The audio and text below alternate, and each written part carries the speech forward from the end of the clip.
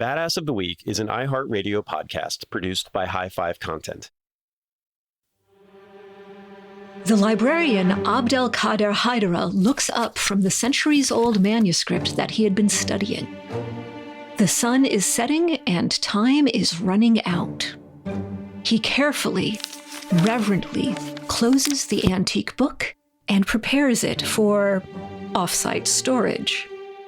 He quickly packs it away and nods to his colleagues. Under cover of darkness, as silently as possible, hoping that his flashlight doesn't attract any attention, Haidara places the manuscript in a metal trunk. His colleagues swiftly, silently, and carefully fill boxes with centuries-old scientific treatises, philosophical essays, brilliantly calligraphed Qur'ans. The librarian pauses. Does he have everything else he needs? Donkey cart? Land Rover? Bribes? Yes, yes, and yes. A glib tongue in case he needs to talk his way out of a sticky situation? Absolutely. A truckload of badassery to get these manuscripts out under the noses of all Qaeda? He better hope so.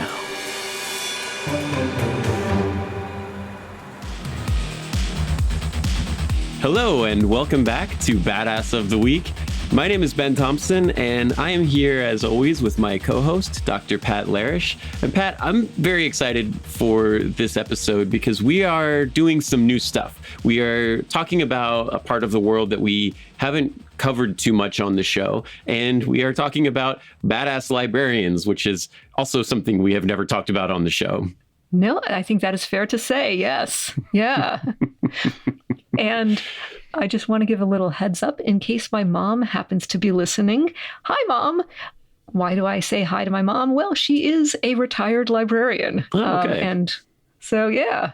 All right. And librarians can be badass, as we are going to find out on this episode. Now, this is a story that I was not familiar with before we started working together. You suggested this, and I had never heard of it before. And I was just like, when you said the badass librarians of Timbuktu, I said, yes, I'm in. I know nothing about this, and I'm excited to hear about it. And so you've kind of put together a bit of a research on these badass librarians. So we get to tell the story. Yeah. Sometimes we have a soundtrack when we work on things. Mm-hmm. Remember how when we talked about Scarlet Lion Kongor and sort of generally in the Mongolian area, and Ben, you mentioned the Mongolian heavy metal band, The Who, yes, spelled H-U, mm-hmm, and they combine heavy metal, like really modern heavy metal with some traditional musical stuff. And, it was fun to listen to them. Yeah. Mongolian throat singing, heavy metal, The Who, H-U. Yeah, definitely. Yeah. Definitely. So what was the soundtrack for the badass librarians of Timbuktu? Because I must confess, I'm not up to date on the Timbuktu music scene. Well, there is one.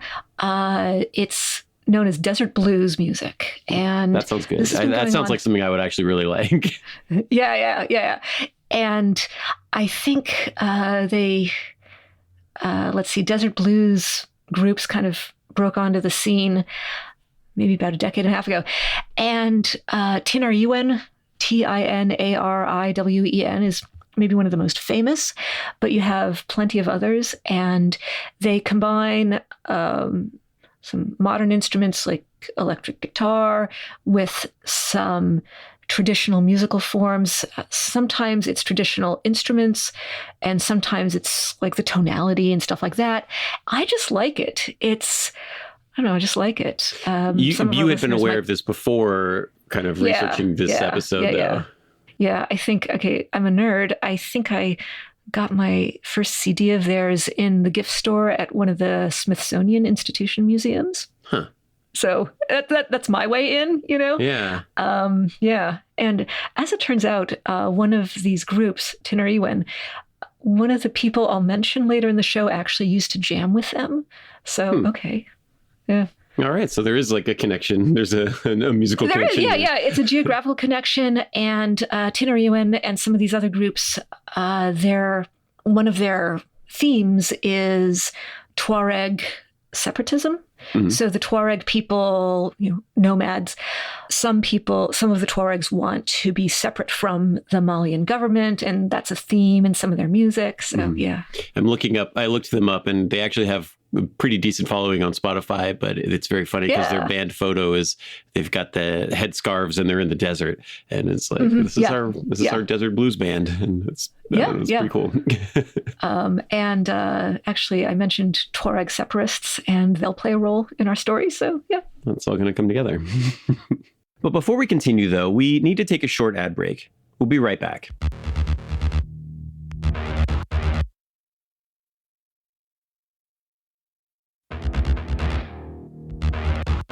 All right, we're back.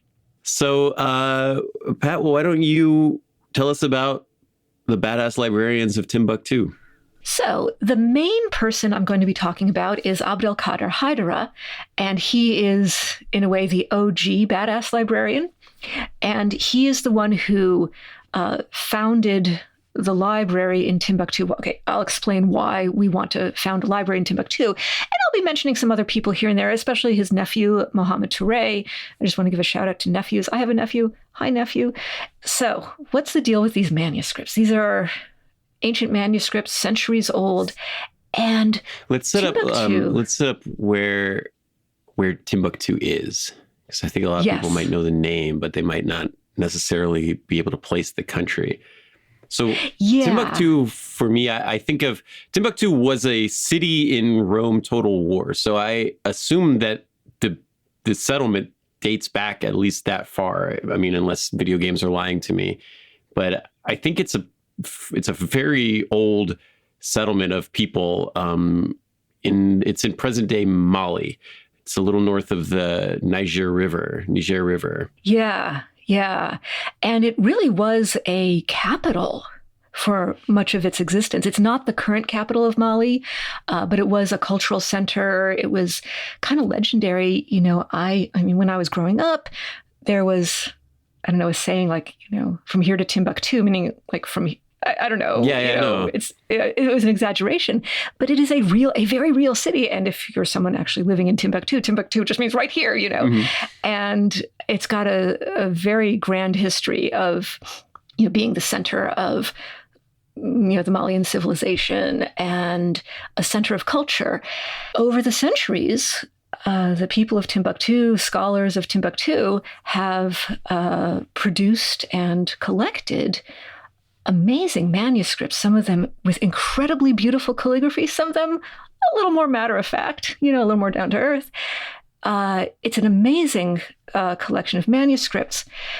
They're written in a variety of languages, some of them in Arabic, some of them in some of the other languages of the region, but written with the Arabic alphabet because that's a thing that you did.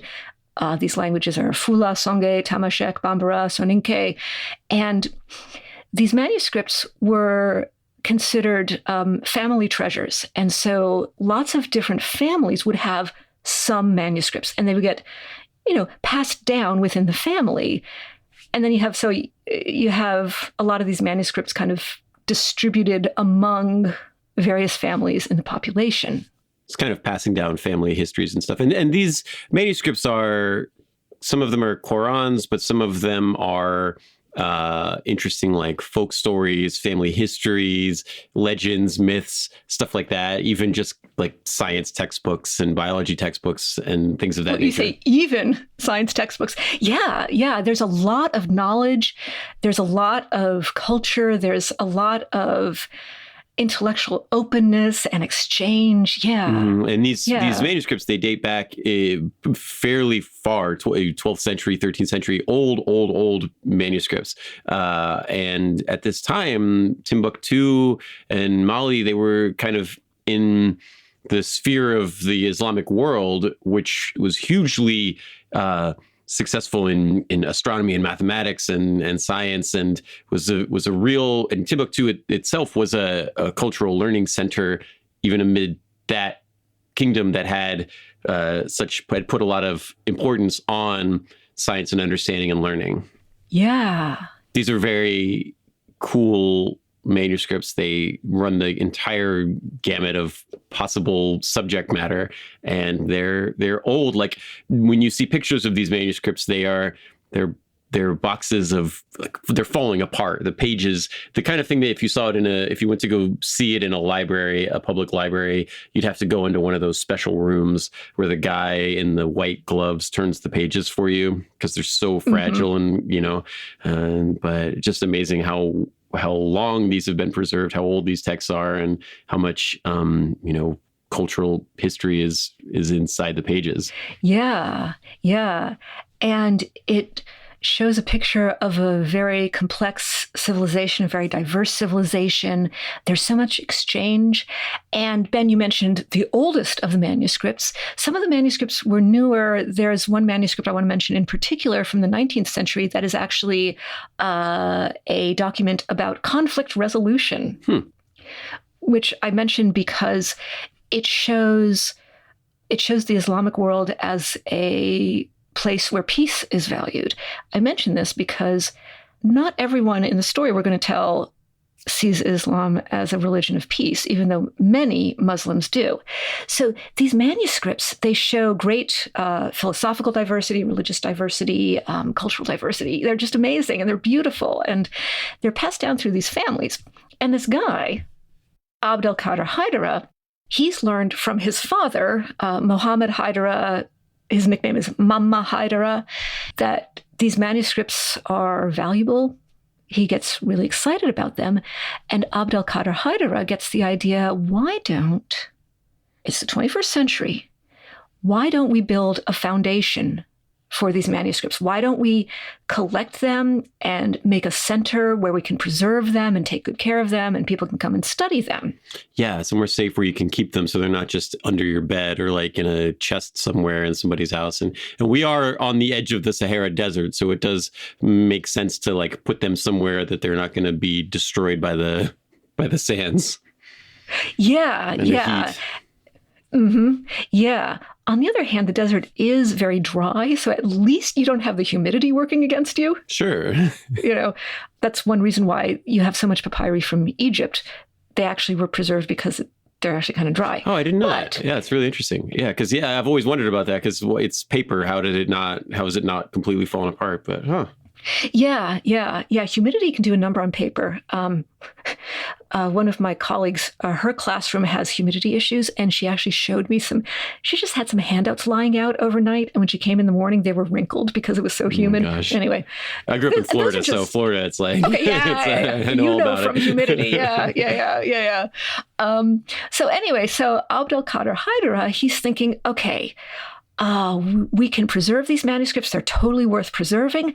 Also, hey, this is Timbuktu. Maybe this manuscript center will attract people from all over the world. Maybe scholars will come here to study. Yeah. And that's a great thing, right? Because we're talking, for Abdel Kader Haidara and this story, we are talking 2010 for the time for this, right? Like 10 years ago, 12 years ago. Like this is modern, recent history. And like you said, when we think about Timbuktu today, we think, oh, I took a wrong turn at Albuquerque. I think we think it's this faraway place. It's in the middle of nowhere. You don't think Timbuktu as a cultural learning center, but it traditionally has been. And they do have this collected history, this collected knowledge of their entire civilization. So why not assemble it and try to put Timbuktu back on the map as a place where a layperson would remember what country it's in and would think of it as a place where they have schools, like good schools and education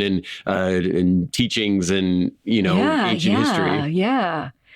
Now, as I said, these manuscripts, like I talk about them as a collective, but actually it's just, this family has some, that family has some others, and families are made up of people, and people vary. So Abdel Kader Haidara has to go around and figure out, okay, how is he going to actually get this family to relinquish their heirloom? And how is he going to get that family to relinquish their heirloom? So he does a lot of legwork. He does a lot of sitting down with people for tea. He tries to negotiate. Sometimes he offers money. Oh, money. Money's going to be a theme in our episode. Mm-hmm. But he's got to get these manuscripts from these people. Hey, appeal to everything, right? He's a salesman, but he's basically a fundraiser, right? Like, hey, donate your manuscript to my museum. I'll keep it safe. You'll get to see it anytime you want. It'll be better off. Okay, if that doesn't work, then like, hey, we can share with other people. Oh, that didn't work. All right, here's some money. Can I buy it from you, please? Exactly. Yes. Yeah.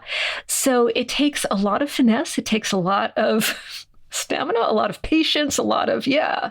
He sounds committed. He sounds really committed to building this library. Yeah. Someone who knew him said that he thought of the manuscripts as his children. Wow. Is his father? Did his father pass away, or is his father still alive while he's building the library?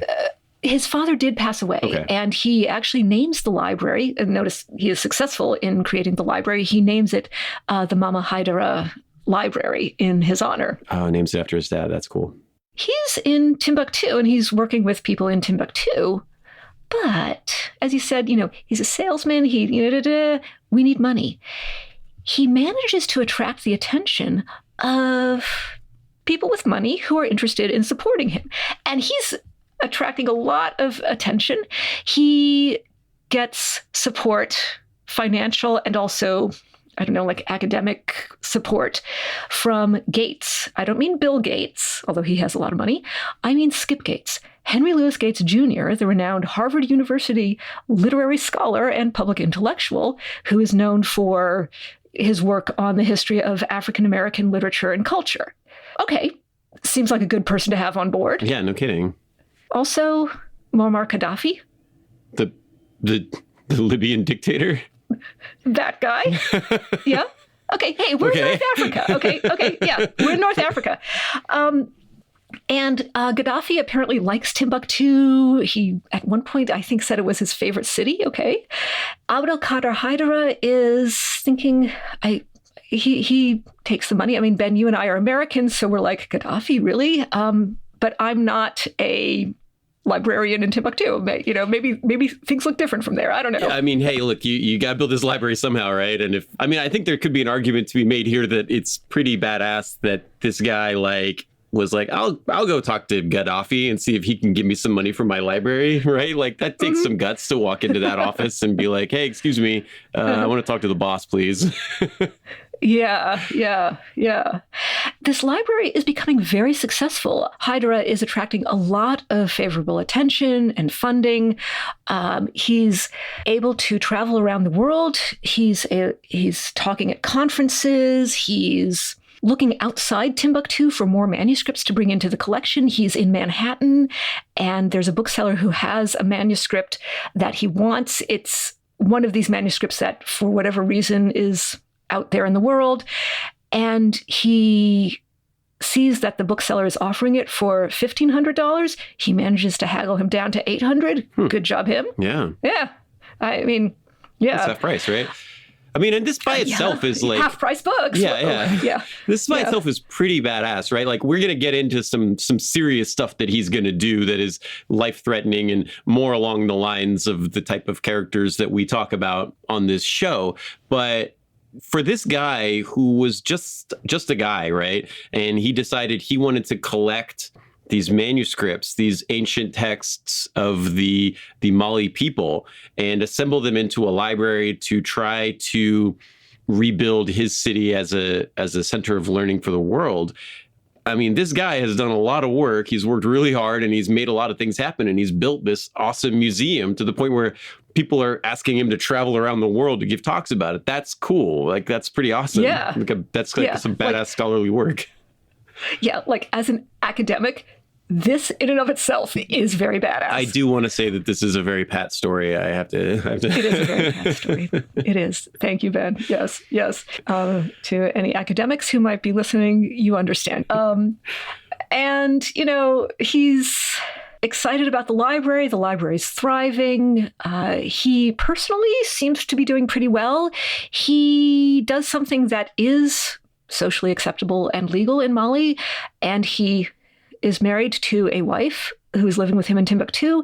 He spends a lot of time in Bamako, the capital of Mali, and he marries a second wife in Bamako.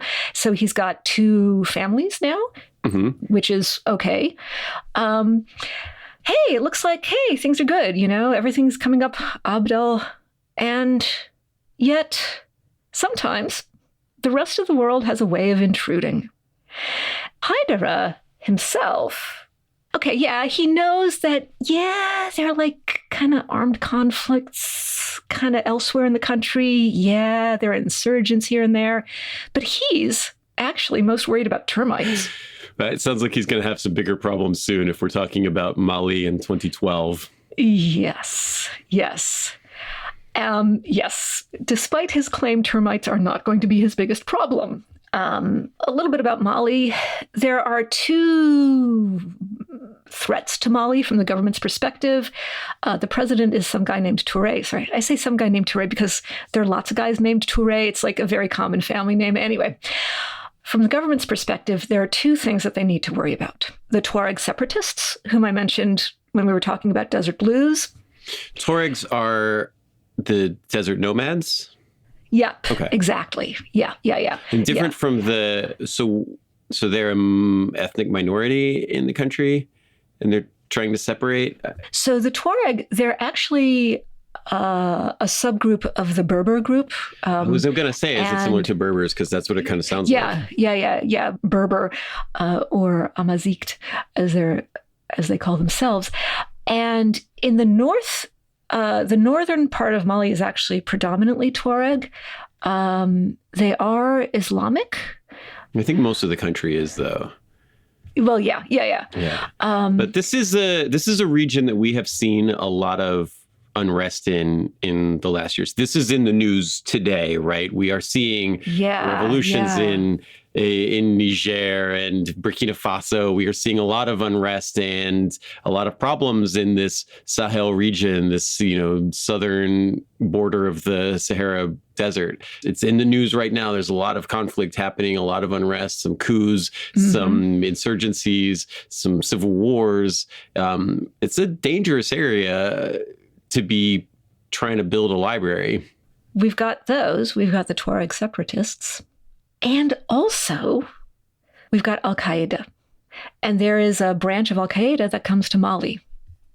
And so we've got these 2 presences who might act in unpredictable ways and might cause things to be not quite as quiet and peaceful and you're in a library as you might like.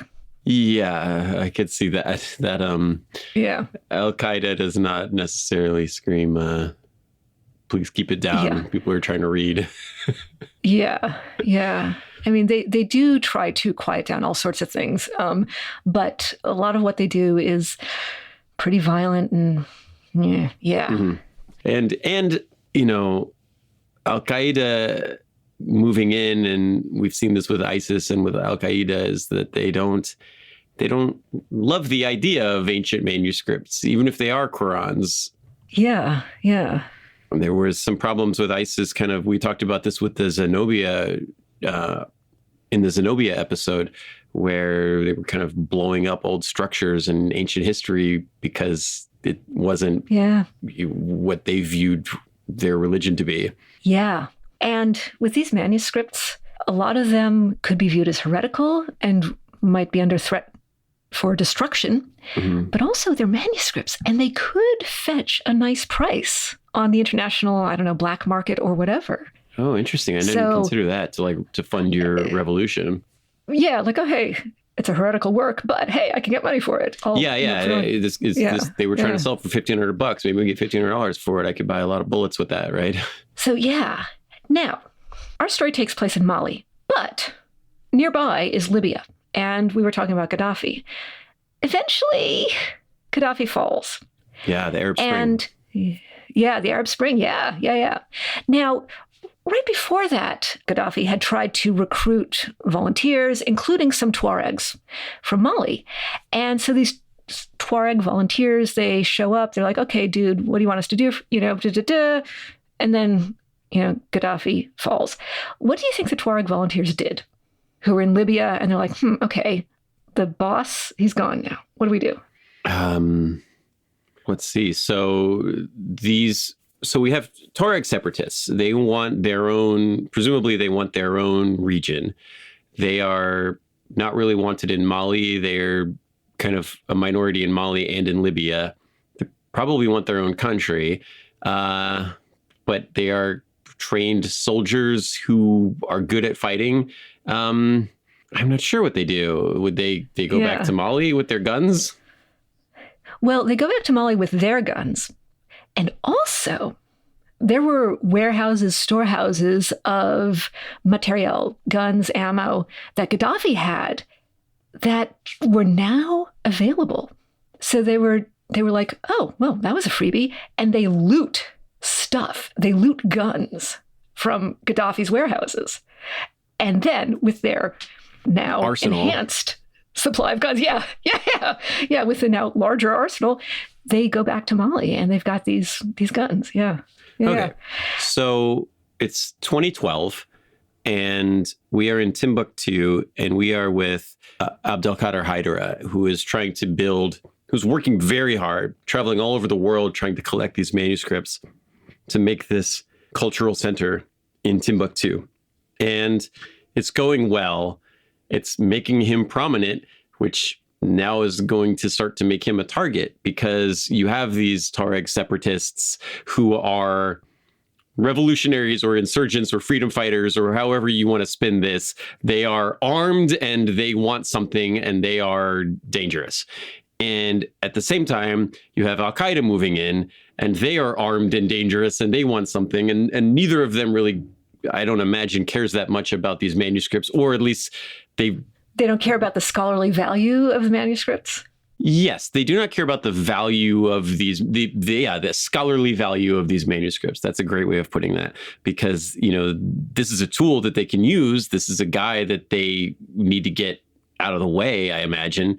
But the Mali government, they've been having corruption problems. They've been having logistical problems. This is not like a super tightly run country with a powerful military that they can mobilize at a moment's notice to crush these threats. This is a weak government that can't protect him. And this guy has got some serious problems, right? He can't trust the police down the street. He can't trust his neighbors. He can't trust anything because everybody might be gunning for him. Yes. Yeah. Sometimes literally. Yeah. Mm-hmm. Yeah. Yeah. So what does he do? Because I've seen pictures of Abdel Kader Haidara, and he is kind of like, he just looks like just a dude. He just looks like a guy. He's not built like Rambo. Yeah. He looks like your college literature professor. He does. Yes. He's got a mustache. He's balding. He's middle-aged. He's not particularly fit. He's fine, but he just looks like, he looks like a... Yeah. And he's usually pictured like sitting at a desk covered with ancient manuscripts. It's not the poster for an action movie. No. Unless it's like the, I don't know, Indiana Jones sequel or something. When he's 80. He spends... Yeah. So this is what's going on. And here's the thing. We mentioned the Tuareg separatists. And I said that the Tuaregs are Islamic, like that's the religion. But there are different ways of relating to religion. And these Tuareg separatists, they're basically secular. Okay? They're not super religious. They're not fundamentalists. On the other hand, you've got these Al Qaeda guys, these jihadis, and they're super fundamentalist. By the way, they've also looted some guns from Gaddafi, because apparently that's the thing to do, So you've got these two groups, and ideologically, they don't have much in common. But there's this guy, Ghali, and Touré, the president of Mali, for various reasons. This guy, Ghali, he had been friends with some of the Tuareg separatists. He actually jammed with Tinariwen in the early days. This was one of the Desert Blues bands I was talking about, So he was a musician. Yeah, he was a musician, yeah. And for one reason or another, he's not our main character.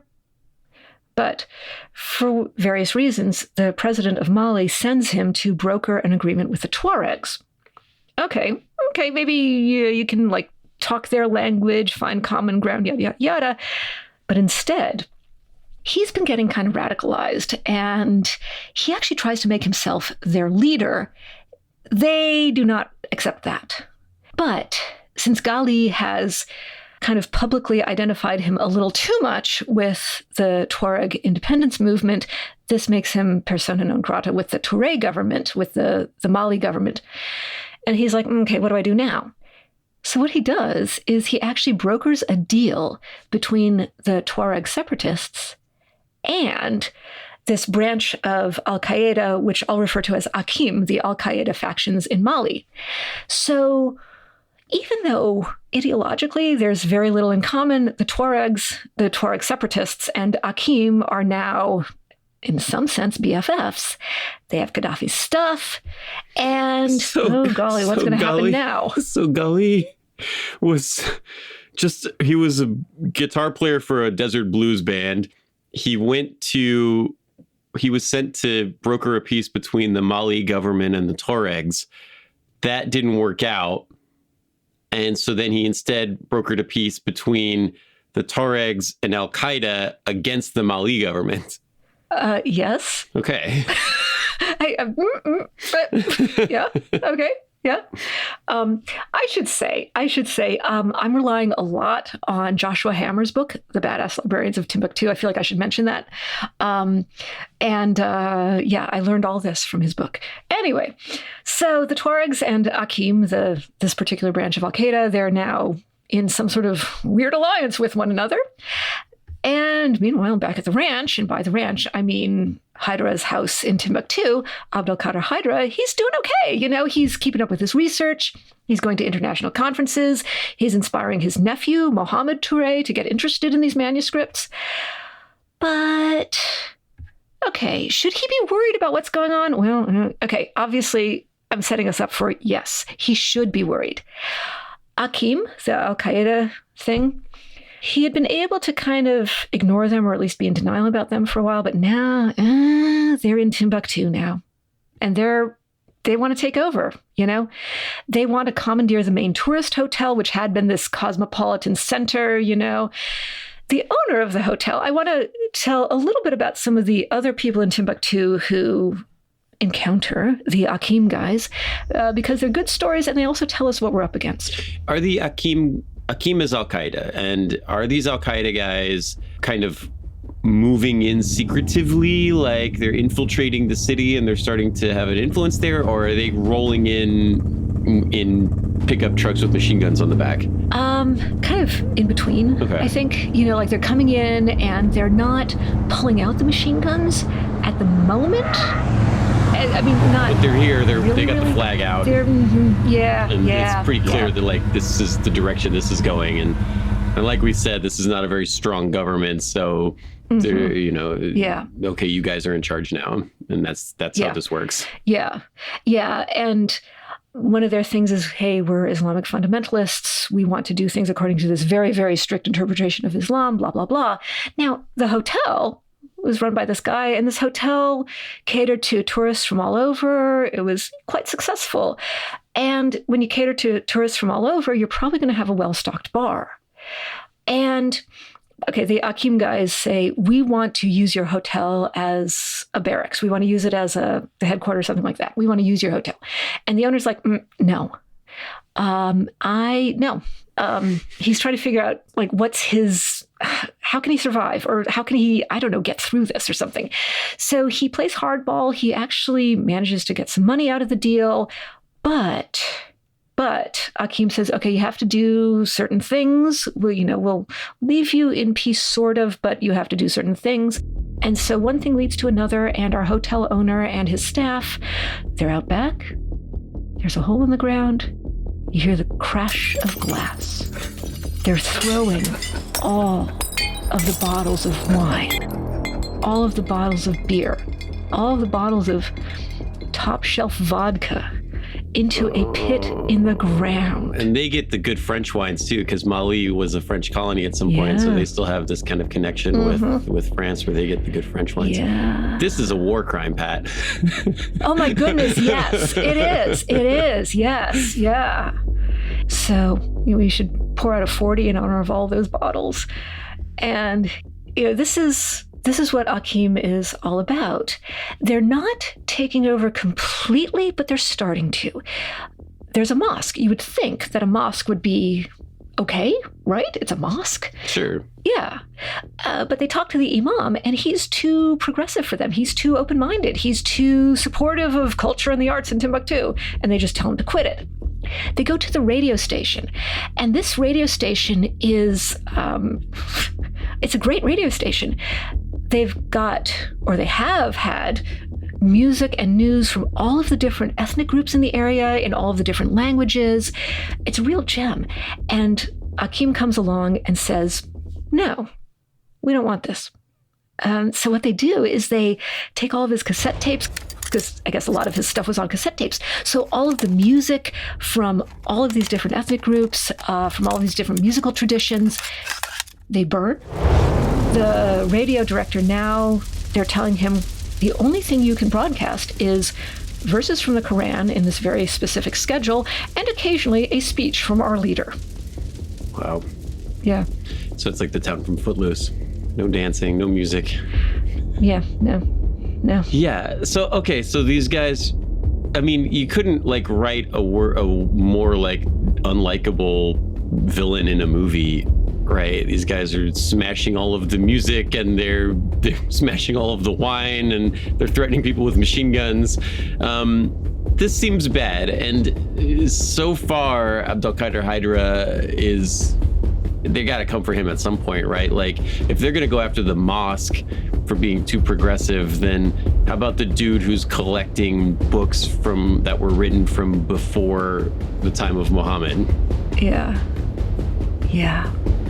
Should we tell you more after the break? Maybe we should.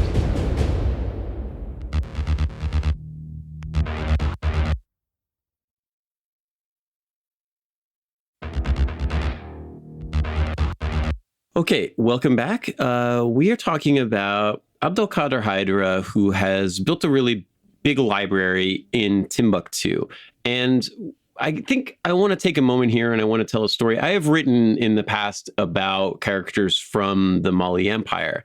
And I'm going to just quickly tell a story that I hope will kind of tie in the history of this country and these people, but also the reason we know of this story is via these types of manuscripts. So it's a good look into the history of Timbuktu and the Mali Empire, the Mali people, but also into the types of knowledge contained within the pages of these manuscripts that Abdel Kader Haidara is trying to protect from Al-Qaeda, religious fundamentalists who are they're going to want to burn these or sell them or otherwise remove them from Mali, and possibly Abdel Kader Haidara with them. So the story I want to tell, the one I wrote about for the website, is about a guy named Sundiata. He's from the 13th century. He was a Mandingo warrior, and the Mandingo people are from this area. The Mandingo people, the best way that I like to describe them is that Mr. T from the A-Team. Oh, yeah. He has a very distinctive mohawk, and that mohawk is a hairstyle that he picked up after he was reading a book about the Mandingo warriors of Mali. And that is that's how they would do their hair for combat. And so he thought that was cool, and he did it, and that's his look, and it's the Mr. T haircut. But Mr. T is awesome, and the Mandingo warriors are awesome. Yes. Yeah. Okay, so it's got history behind it. Yes, exactly. Yeah. And so Sundiata, I'll briefly tell his story. He is the hero of the national epic of Mali. He's a cultural hero of this kingdom. He's what we call a semi-legendary king, which is one of those characters that exists. It probably existed, almost certainly existed in Sundiata's case, definitely existed in real life. But there are some, there's some legend attached to him as well.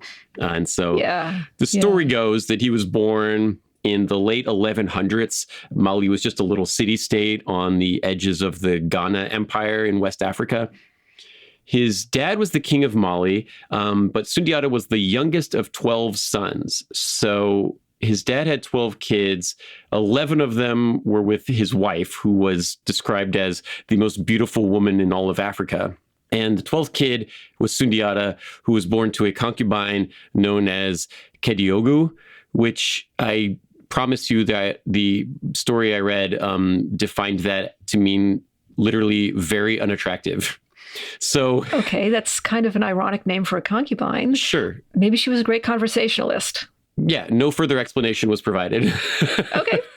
Except that her name was Kediogo, and Kediogo means extremely unattractive in the Mali language at the time. Okay. He was paralyzed in both legs. He couldn't walk. He required a ton of attention from his mom in order to survive. He was made fun of by his brothers, and people in the village even, because he was that was mean. Yeah, he was a bastard, and he was paralyzed. He was crippled, and whatever. You know how kids are. Yeah, he's got some cards stacked against him. Sure. Well, he overcomes his paralysis one day because somebody was being mean to his mom, and he got mad about it, and he stood up and he grabbed a big iron rod and walked over to the kid to kind of threaten him, and then the kid ran away. And then Sundiata was like, okay, this is how I'm going to live my life. Okay.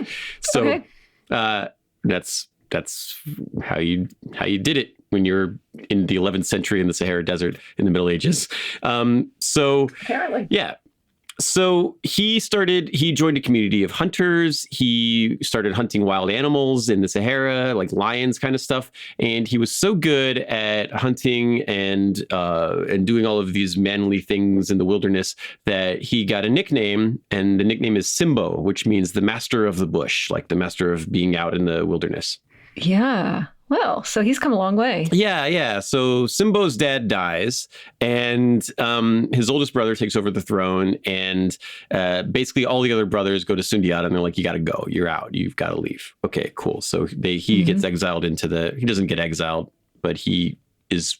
Gets encouraged to leave. He's encouraged to exile himself into the wilderness. Yeah. So he does. But he's shown that he can manage in the wilderness. Yeah, he's probably just as happy, right? Except that he goes out into the wilderness, and his brothers are all killed by an evil sorcerer. Yes. Whoa. Yeah. Sumanguru the Invincible is this wizard's name. He's an evil wizard. Sumanguru the Invincible. Sumanguru the Invincible. He is an evil wizard who invented the xylophone. And I think we all just assumed that the xylophone was invented by an evil wizard, and it was apparently now by we have proof. the Invincible. Okay. Yeah. Mm-hmm. Who was an evil wizard who invented the xylophone and could only be killed with an arrow fletched with a rooster's feathers. I don't know what the significance of that is, but I'm sure there was remarkably something. Specific. Yes. Okay. Yeah. So Sundiata, he decides he's going to get revenge, and he appeals to the honor, pride, wealth, and the mutual Muslim faith of all of the other tribes of the region. And he unites the 12 tribes of the Niger River and the Sahara Desert, cavalrymen with chainmail and on Arabian steeds, desert nomads. Wow. They got fire-tipped arrows. Okay, yeah. This is a big deal. Yeah. The hunters along the river, they make shields out of river reeds. They've got spears. They're on horseback. Oh, wow. He gets tribal medicine men to heal people and make custom poisons that they can smear on their weapons. Ooh. Yes.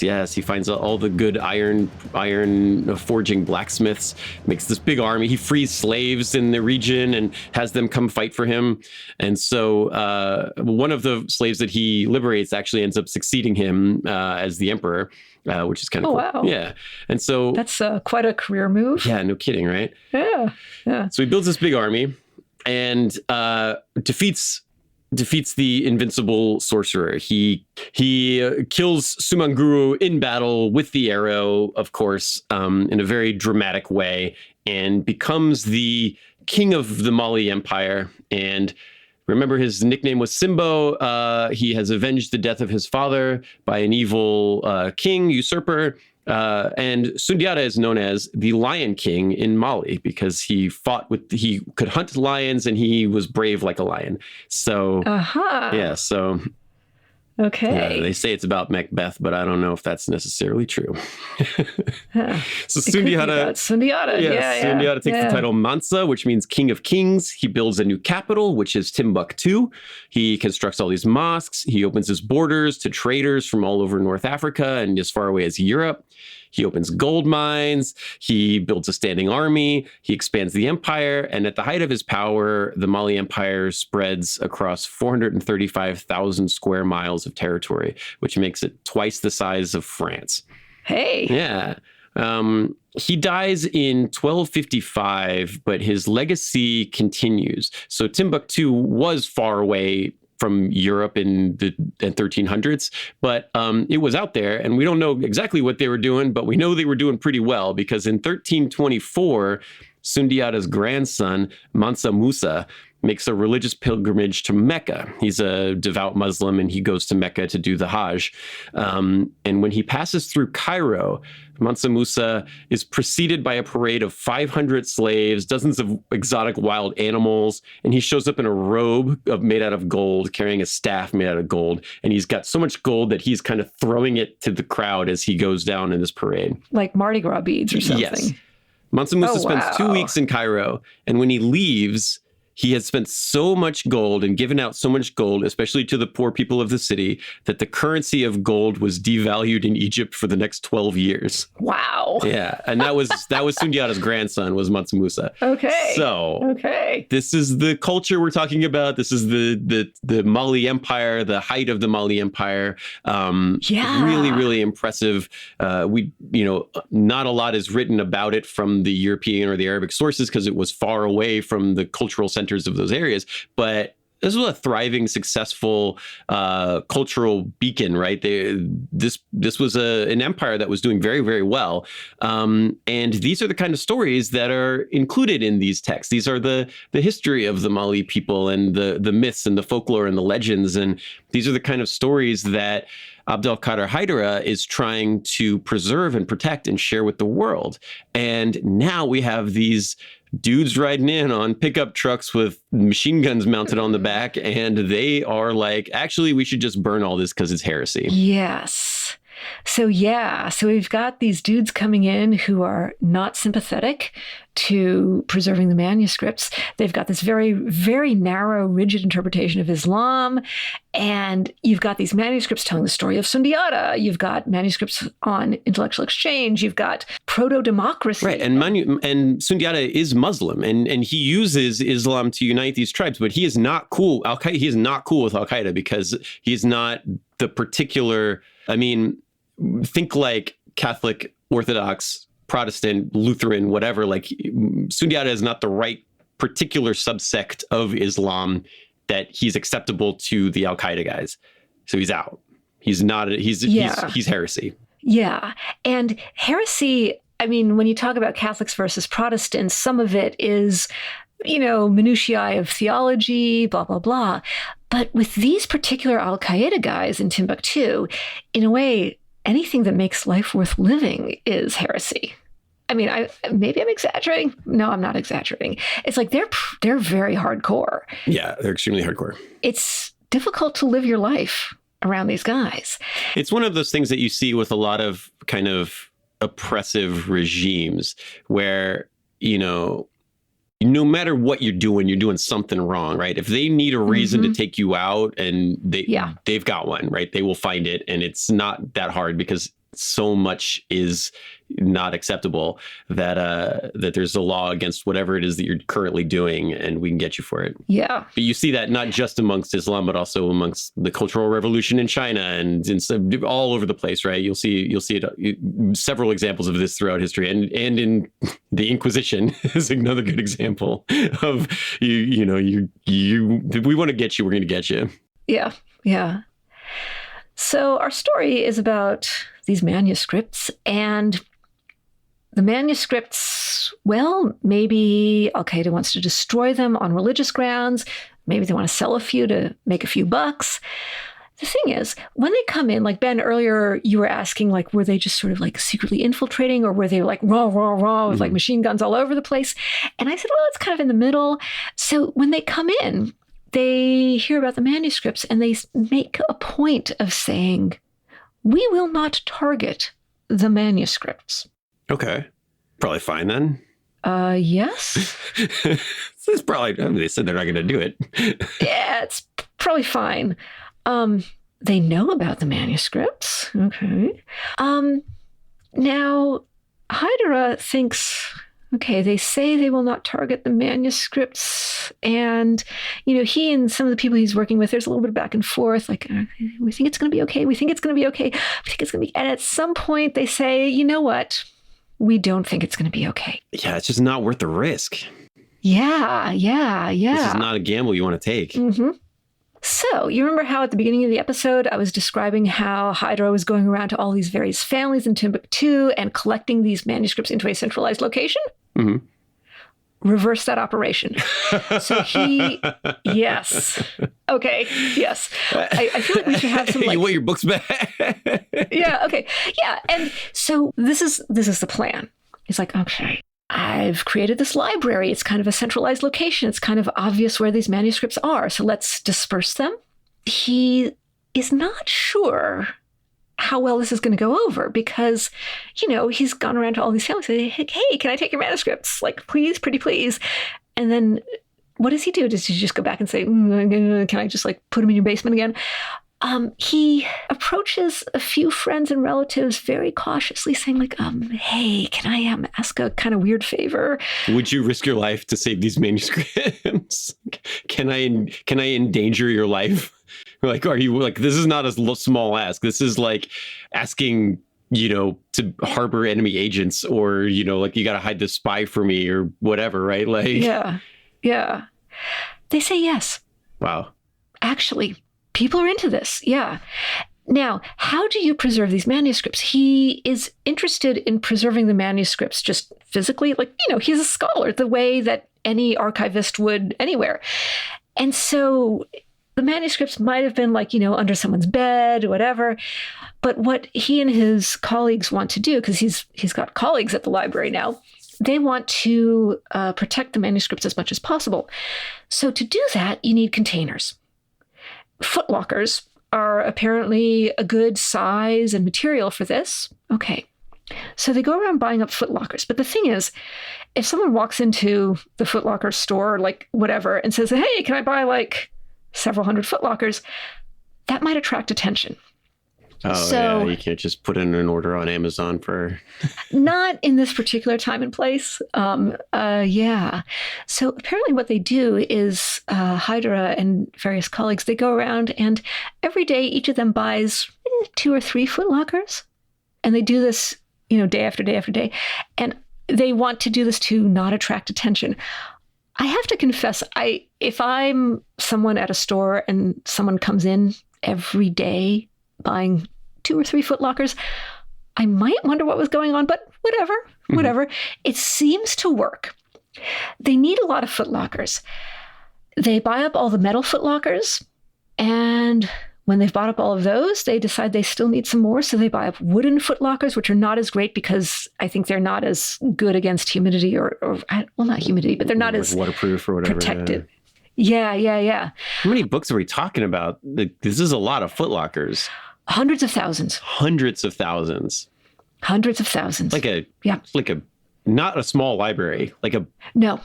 Wow, big. A multi-story, I don't know how many floors you'd need to house hundreds of thousands of manuscripts, but that seems like a lot. Yeah. And some of these manuscripts might only be one page. They might be a letter from, someone to someone else. Hundreds of thousands of pages is still a lot of volume. And also, you do kind of want to take care of them. You don't just throw it in. You do want to pack it up nicely.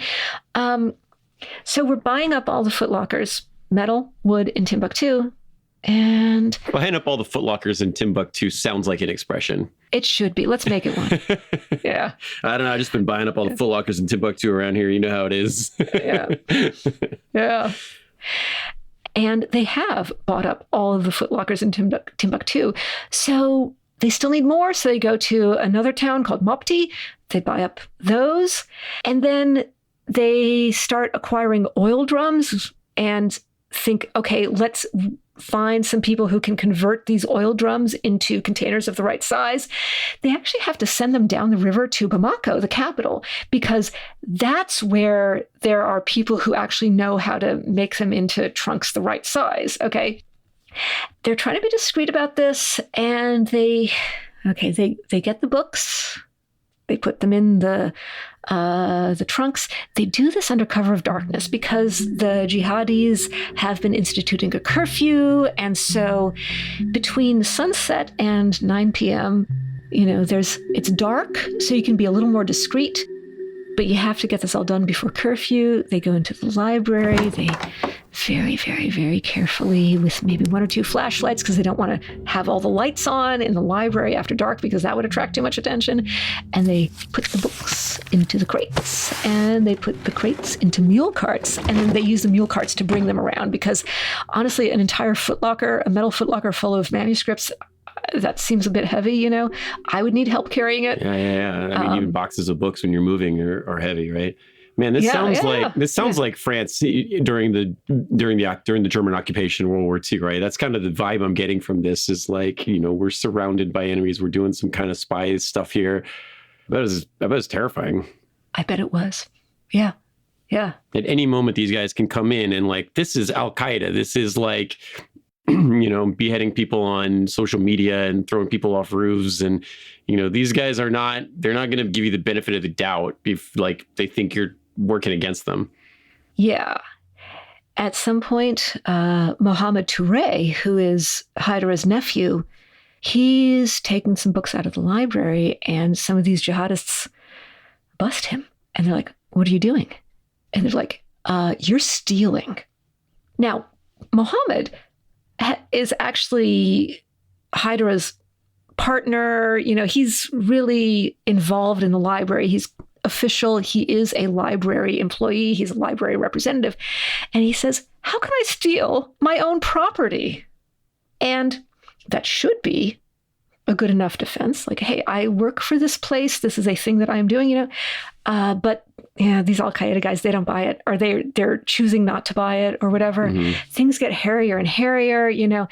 What Mohammed Touré does is he actually quotes some lines from the Quran, and he says, "Hey, you're not supposed to punish someone until you've actually proven that they've done the crime.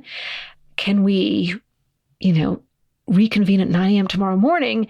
And he manages to get various important people from the town to vouch for him and say that, yes, he is indeed an employee. He is indeed authorized to move these books for whatever reason, blah, blah, blah. Mm-hmm. Wow.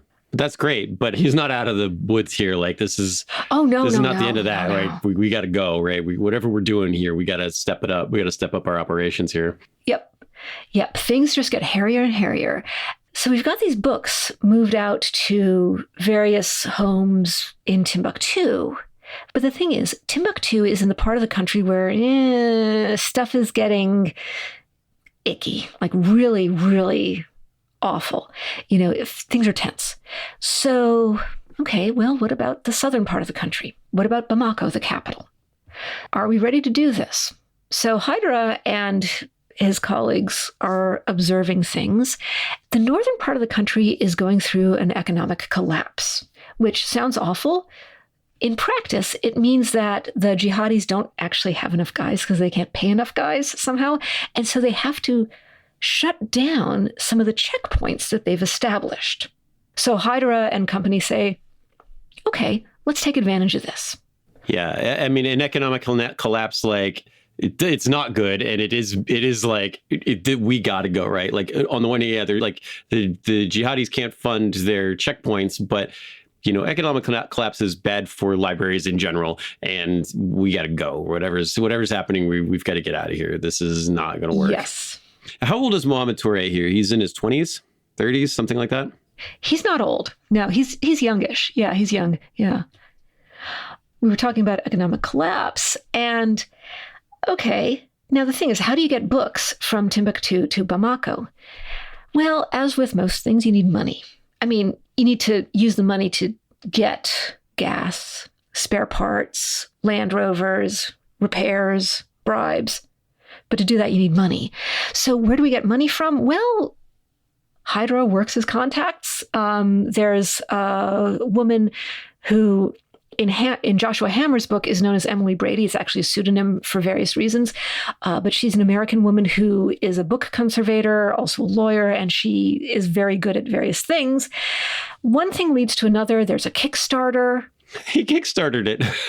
There's a Kickstarter. There's a Kickstarter. Hey, this is the 21st century. Help me evade the jihadis. Yeah. $5 gets you signed postcard of me not in jail. Yes. Maybe less surprisingly, he gets funds from Dubai, from the Juma Al-Majid Center. It makes sense that, one part of the Arabic world would want to be helping out another part of the Arabic world. Mm-hmm.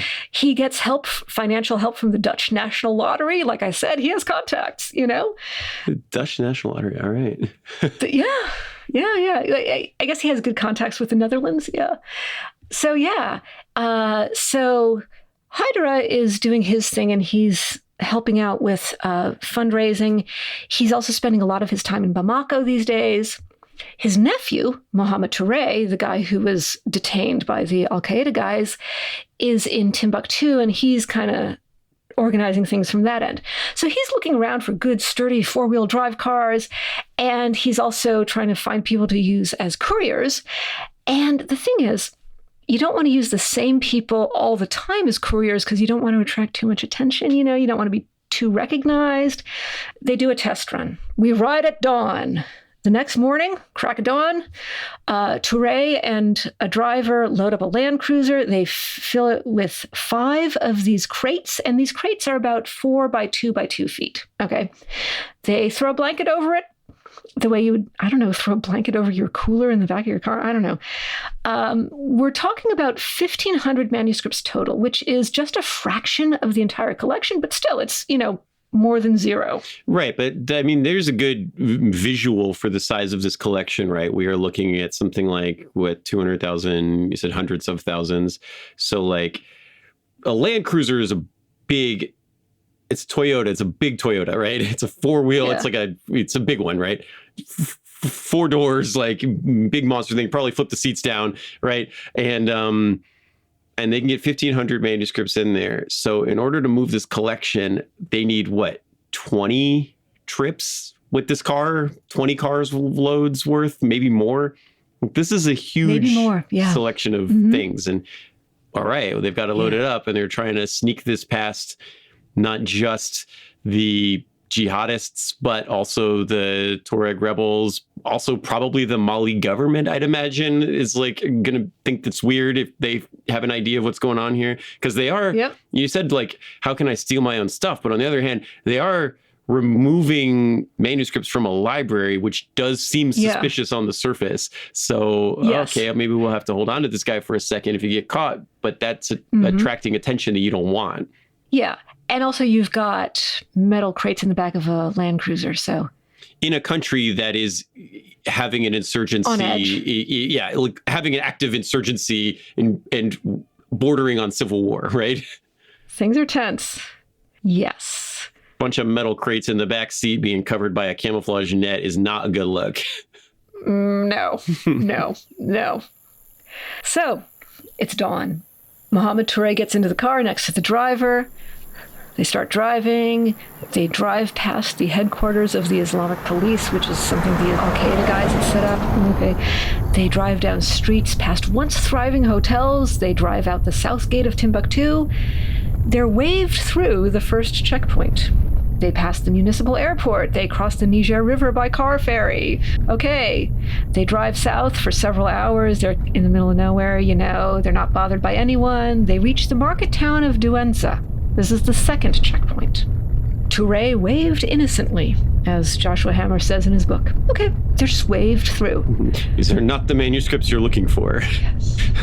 These are not the manuscripts you're looking for. Apparently it worked, okay? And then they get down to a town called Kana. This is beside the Niger River.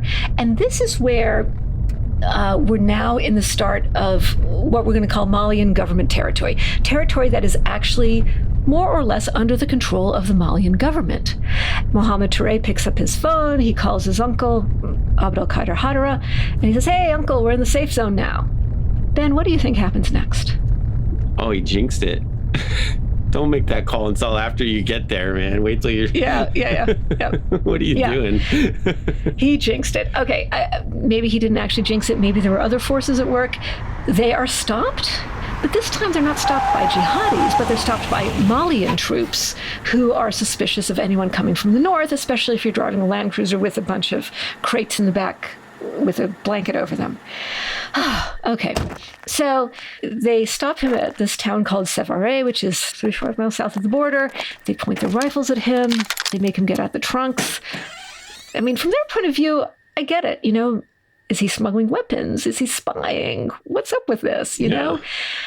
So they make him open the trunks. They flip through the trunks. These are centuries-old manuscripts. They are not flipping through them gently. Oh. Yeah. And they detain our guys, Touré and the driver, for 2 days, and then they let him go. Okay. We persist. Touré and the driver, they keep going. And then, I should say Touré keeps going, but he pays the driver and says, okay, you're done. He hires a new driver and a new vehicle. He doesn't want extra attention, he doesn't know if maybe those Malian guys who stopped him circulated the license plate, Okay, so Touré and the new driver stay away from the main road. They're going on dirt trails. They're really out of the way.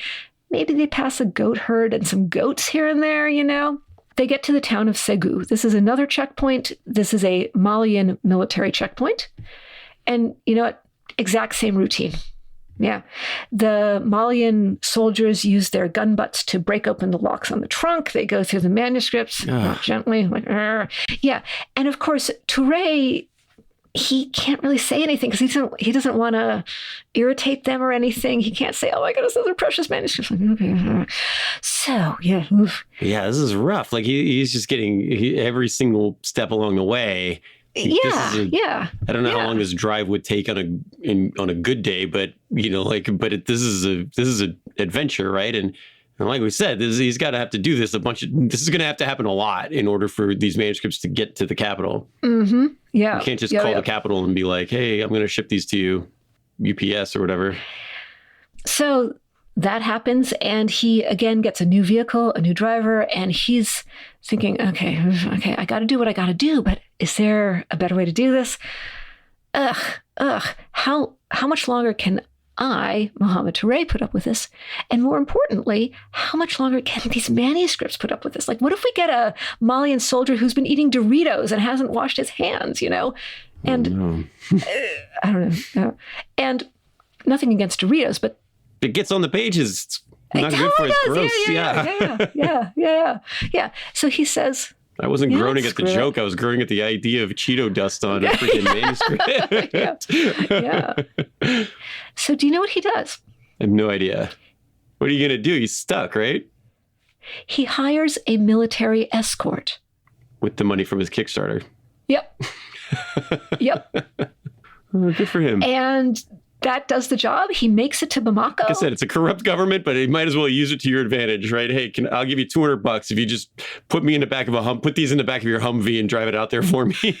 Yeah, it's corrupt in predictable ways. Yeah. Abdel Kader Haidara meets him at the Porte d'Entrée, which, it's French because, a lot of things in Mali are French. This is the entrance gate to Bamako.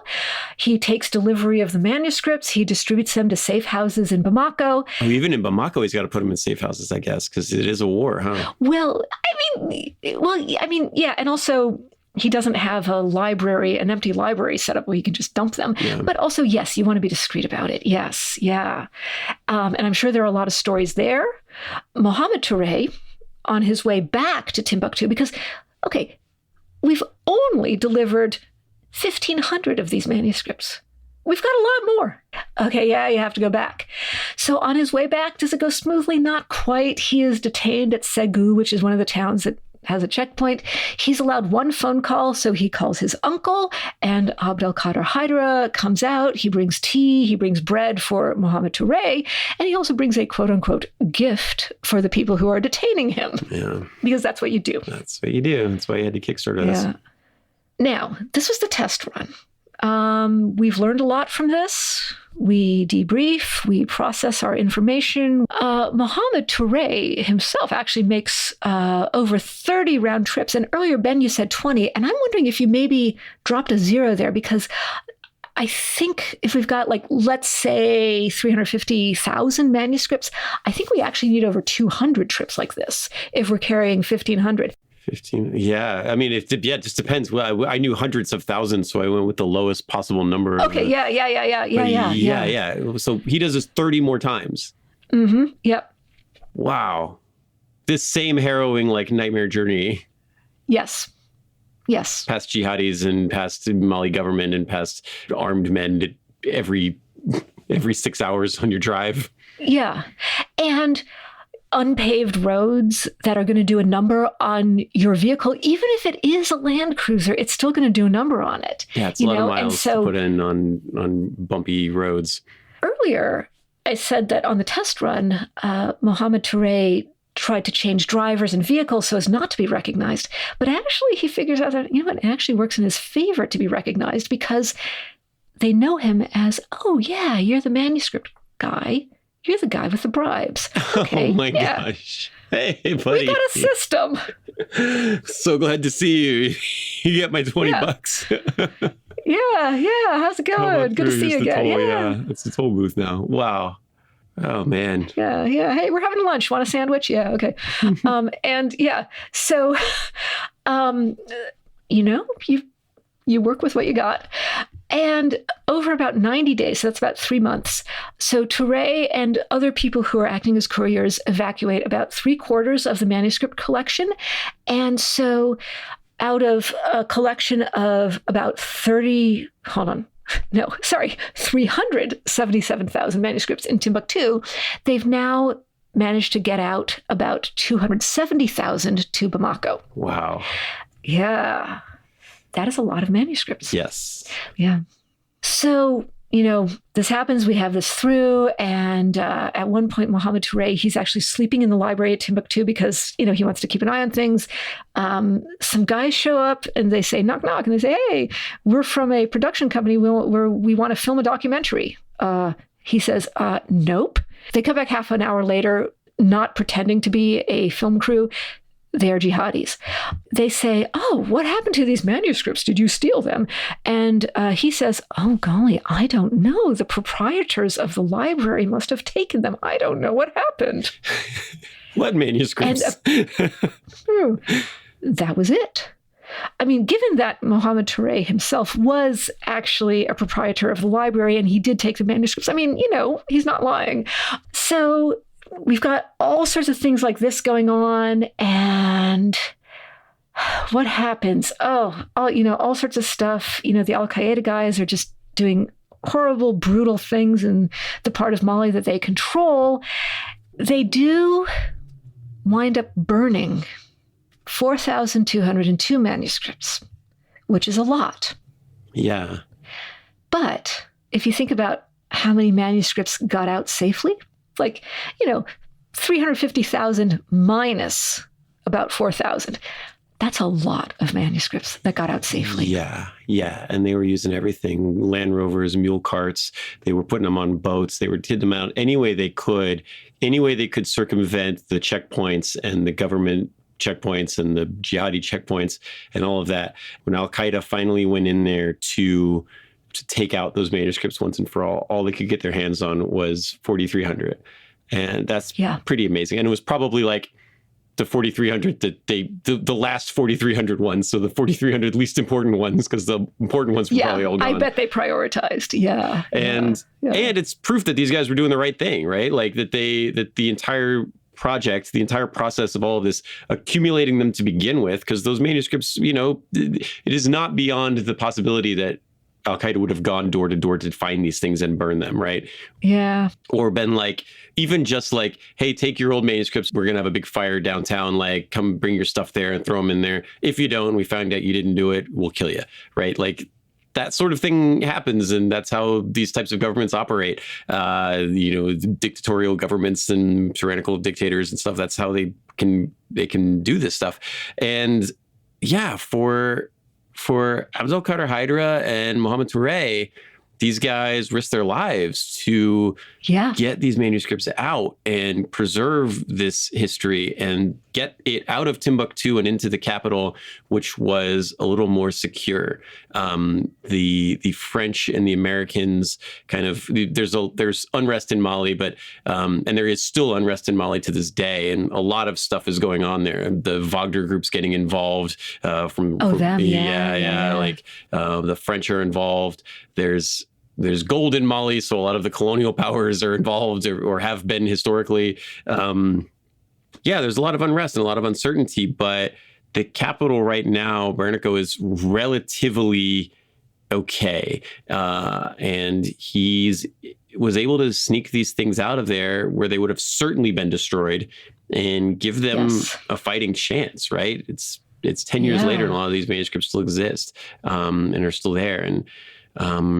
And he did the right thing by taking him out of that town, because it's gone now, and there was nothing he was going to be able to do to prevent them from being destroyed. He had to sneak them out, even at the risk of his own life and that of his family, which, these guys are hardcore. These are guys that will kill you and your entire family, you were saying sometimes in very brutal ways. Yes, just to make an example of you, right? And you were saying that people involved in this story, they wanted to use fake names because they don't want to be anybody to know that they were part of this.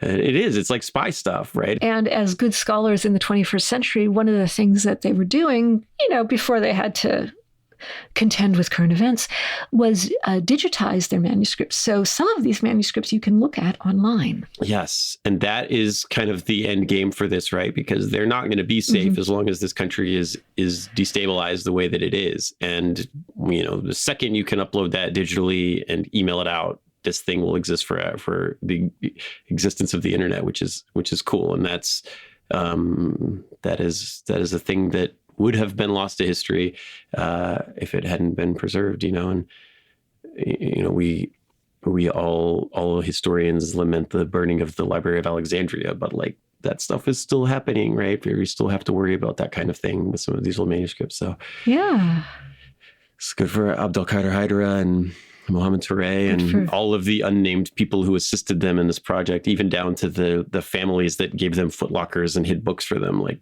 this whole country, a large portion of the Mali population came together to save these manuscripts, which I think is really awesome. Yeah. And badass, I should say. Badass, yeah. Yeah. All right. Well, that is the Badass Librarians of Timbuktu. It's a really, really interesting story. It's not the one I was expecting when you said the Badass Librarians of Timbuktu. I was like, I don't know. Nor was I when I saw the title originally. Yeah. I don't know what I was expecting. Maybe just something just much lower key, like. I didn't expect actual gunfire. Badass. Like, I don't know. Yeah. I was expecting, I don't know, like build a library in a place that did not have a library before and, educated the youth or something, which is actually very badass. But there's a different level of badass going on here. I agree. Yep. Books are powerful and knowledge is powerful. Yeah. And it's good to preserve it. So, all right. Well, that's all the time we have for today. Pat, thanks for sharing that story with me and with us. And that was awesome. Okay. And thank you guys so much for listening to it. And we will see you on the next one. Stay badass. Badass of the Week is an iHeartRadio podcast produced by High Five Content. Executive producers are Andrew Jacobs, me, Pat Larish, and my co-host, Ben Thompson. Writing is by me and Ben. Story editing is by Ian Jacobs, Brandon Phibbs. Mixing and music and sound design is by Jude Brewer. Special thanks to Noel Brown at iHeart. Badass of the Week is based on the website badassoftheweek.com, where you can read all sorts of stories about other badasses. If you want to reach out with questions, ideas, you can email us at badasspodcast@badassoftheweek.com. If you like the podcast, subscribe, follow, listen, and tell your friends and your enemies if you want, as we'll be back next week with another one. For more podcasts from iHeartRadio, visit the iHeartRadio app, Apple Podcasts, or wherever you get your podcasts.